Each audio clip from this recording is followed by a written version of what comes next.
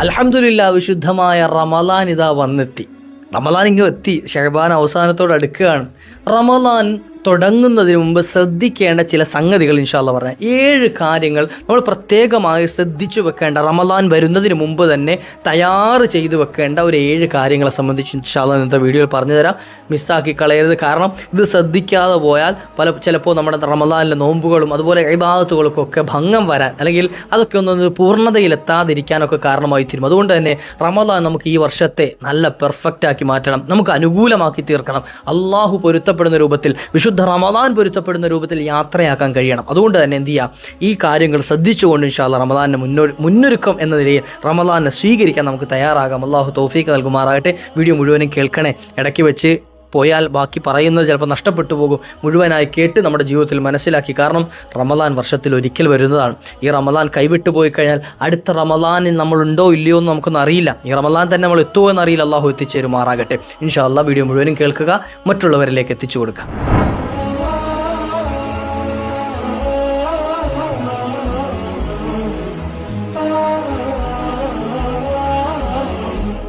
അസ്സലാമു അലൈക്കും വറഹ്മത്തുള്ളാഹി വബറകാതുഹു. ബിസ്മില്ലാഹി വൽഹംദുലില്ലാഹ്. അഊദു ബികലിമാത്തില്ലാഹി തമ്മാതി മിൻ കുല്ലി ശൈത്വാനിൻ വഹാമ്മ വമിൻ കുല്ലി ഐനിൻ ലാമ. ശഹ്റു റമളാനല്ലദീ ഉൻസില ഫീഹിൽ ഖുർആനു ഹുദൽ ലിന്നാസി വബയ്യിനാതിൻ മിനൽ ഹുദാ വൽ ഫുർഖാൻ. സദഖല്ലാഹ്. വിശുദ്ധമായ ഖുർആനിൻ്റെ മാസമായ റമളാൻ, നോമ്പിൻ്റെ മാസമായ റമളാൻ, റഹ്മത്തിൻ്റെ മാസമായ റമളാൻ, മഗ്ഫിറത്തിൻ്റെ മാസമായ റമളാൻ, ഒരുപാട് അനുഗ്രഹങ്ങളുടെ കലവറയാകുന്ന റമളാൻ, ലൈലത്തുൽ ഖദറിൻ്റെ മാസമാകുന്ന റമളാൻ ഇതാഗതമാവുകയാണ്, നമ്മളിലേക്ക് കടന്നു വരികയാണ്. റമളാൻ വരുമ്പോൾ മുഅ്മിനീങ്ങളുടെ ഖൽബിൽ വലിയ സന്തോഷമാണ്. കാരണം എന്തേ, അവർ പ്രതീക്ഷിച്ചിരുന്ന ഒരു വർഷക്കാലമായിട്ട് ഇങ്ങനെ കാത്തിരിക്കുന്ന അതിഥി നാണ്ട വീട്ടിലേക്ക് കടന്നു വരികയാണ്, നമ്മുടെ ജീവിതത്തിലേക്ക് കടന്നു വരികയാണ്, നമ്മുടെ ഇടപാടുകളിലേക്ക് കടന്നു വരികയാണ്, നമ്മുടെ എല്ലാ മേഖലകളിലേക്കും കടന്നു വരികയാണ്. റമളാൻ ഏതെങ്കിലും ഒരു പ്രത്യേക സമയത്തേക്ക് മാത്രമുള്ളതല്ലല്ലോ, അല്ലെങ്കിൽ പ്രത്യേക സംഗതികൾക്ക് മാത്രമുള്ളതല്ലല്ലോ, നമ്മുടെ ജീവിതത്തിൻ്റെ എല്ലാ മേഖലകളെയും സ്പർശിക്കുന്നതാണ് റമളാൻ, അല്ലേ? ഭക്ഷണമാണെങ്കിലും അതുപോലെ തന്നെ ഭാര്യ-ഭർത്തൃ ബന്ധമാണെങ്കിലും കച്ചവടങ്ങളാണെങ്കിലും ഇടപാടുകളാണെങ്കിലും എല്ലാം റമളാൻ വരുമ്പോൾ ഒരു പ്രത്യേക പരിഗണന നമ്മൾ കൊടുക്കാറുണ്ട്, അല്ലേ? വിശുദ്ധമായ റമളാൻ നമുക്ക് അനുകൂലമായി കിട്ടാൻ, ഈ റമളാൻ നമുക്ക് പൊരുത്തപ്പെട്ട രൂപത്തിലാക്കി കിട്ടാൻ, ഈ റമളാൻ എല്ലാ മൂല്യങ്ങളും കരസ്ഥമാകുന്ന രൂപത്തിൽ നമുക്ക് കിട്ടാൻ ശ്രദ്ധിക്കേണ്ട ഒരു 7 കാര്യങ്ങൾ. ഈ 7 കാര്യങ്ങൾ മാത്രമല്ല, ഇൻഷാ അല്ലാഹ് വളരെ ചുരുങ്ങി ഞാനൊരു 7 കാര്യങ്ങൾ ഇന്നത്തെ വീഡിയോയിൽ ഒന്ന് പറഞ്ഞു തരാം. അള്ളാഹു തൗഫീഖ് നൽകട്ടെ. ആദ്യമായി ഒന്നാമതായി ചെയ്തു വെക്കേണ്ട, റമളാനിന് കുറച്ച് ദിവസമേ ഉള്ളൂ, അപ്പം ഇതിനു മുമ്പ് തന്നെ നമ്മൾ ചെയ്തു വെക്കേണ്ടത് പൂർണ്ണമായ തൗബ ചെയ്തു മാറണം, തൗബ ചെയ്തു വെക്കണം. എൻ്റെ പ്രിയപ്പെട്ട സഹോദരങ്ങളോട് പറയാനുള്ളത്, തൗബ ചെയ്യുക എന്ന് പറഞ്ഞാൽ ഇങ്ങനെ കരഞ്ഞൊളി പൊളിച്ച് ഒച്ചപ്പാടുണ്ടാക്കണം എന്നല്ല, മറിച്ച് എന്ത് ചെയ്യുക, ആത്മാർത്ഥമായ കൽബോട് കൂടിയിട്ട്, ആത്മാർത്ഥമായ നമ്മുടെ ഹൃദയത്തിൻ്റെ അടിത്തട്ടിൽ നിന്ന് നല്ല ഹൃദയത്തോട് കൂടിയിട്ട് നമ്മുടെ കൽബിലൊരു വിഷമം, അതിനാണ് തൗബ എന്ന് പറയാം, ഇല്ലേ? ഉത്തുലുബു മത്താബൻ ബിൻ നദാമത്തി മുത്തലിഅ.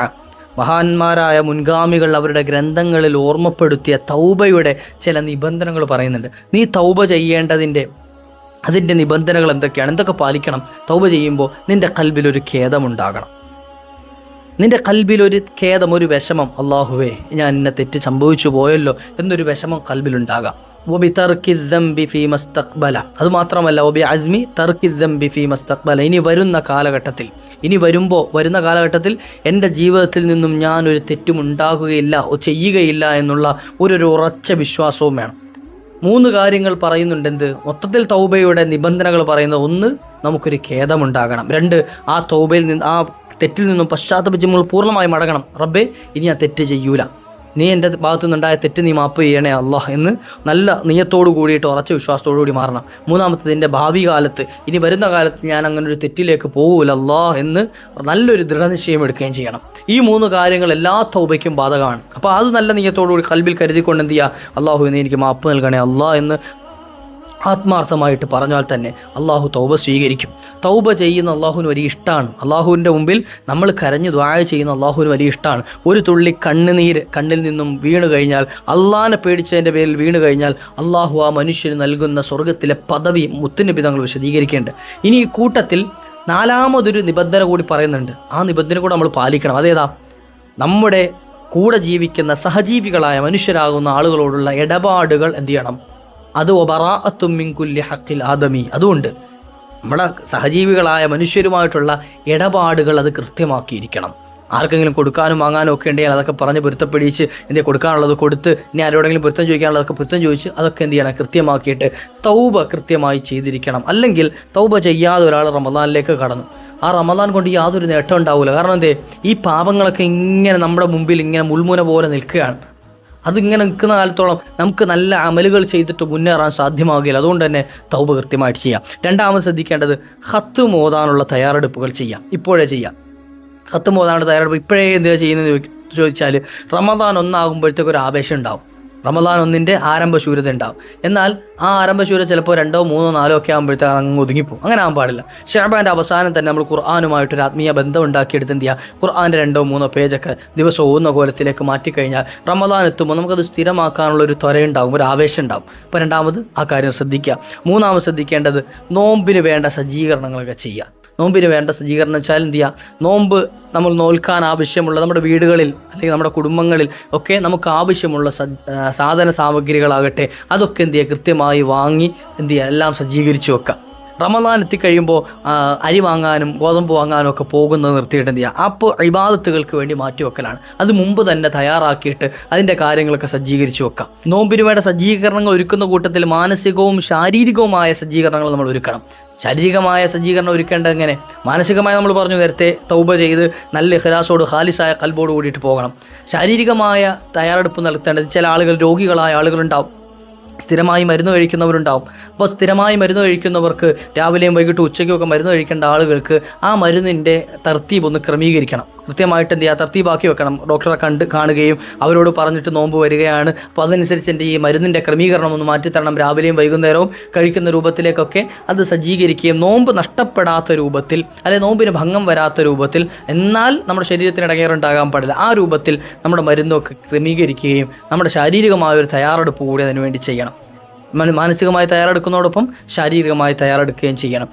കഴിഞ്ഞു പോയ നോമ്പുകൾക്ക് കൊടുക്കാനുള്ള മുദ്ദുകളൊക്കെ കഴിവിൻ്റെ പരമാവധി റമദാൻ ആകുന്നതിന് മുമ്പൊക്കെ എന്ത് ചെയ്യുക, കൊടുത്തു വിടാൻ ശ്രമിക്കുക. അള്ളാഹു തൗഫീഖ് നൽകുമാറാകട്ടെ. ഇനി നാലാമതായി ശ്രദ്ധിക്കേണ്ട സംഗതി, പിണക്കങ്ങളിൽ കഴിയുന്നവർ എത്രയും പെട്ടെന്ന് ആ പിണക്കങ്ങളിൽ നിന്നും ഒഴിവാകണം. ചെറിയ ചെറിയ വിഷയങ്ങൾക്കാകട്ടെ വലിയ വിഷയങ്ങൾക്കാകട്ടെ എന്ത് കാര്യങ്ങളിൽ പിണക്കത്തിൽ കഴിയുന്ന ആളുകൾ, പരസ്പരം പോരിൽ കഴിയുന്നവർ, വൈരാഗ്യത്തിൽ കഴിയുന്നവർ, അതൊക്കെ ഒന്ന് പറഞ്ഞ് സലാമത്താക്കി റാഹത്തായി എന്ത് ചെയ്യുക, വിശുദ്ധ റമദാനിലേക്ക് കടക്കുക. കാരണം എത്രയോ ആളുകൾ പോര് വെച്ചിരുന്നവർ ഇന്ന് 6 അടി മണ്ണിൽ പുഴുക്കൾക്ക് ഭക്ഷണമായി തീർന്നിട്ടുണ്ട്. അവരുടെയൊക്കെ വൈരാഗ്യവും വിദ്വേഷവും ആ പകയും ഒക്കെ ആ മൂക്കിൽ പഞ്ഞി വെക്കലോടുകൂടി കഴിഞ്ഞു. പിന്നെ അവിടുന്ന് അങ്ങോട്ട് വലിച്ചു കയറ്റാനൊന്നും പറ്റൂല.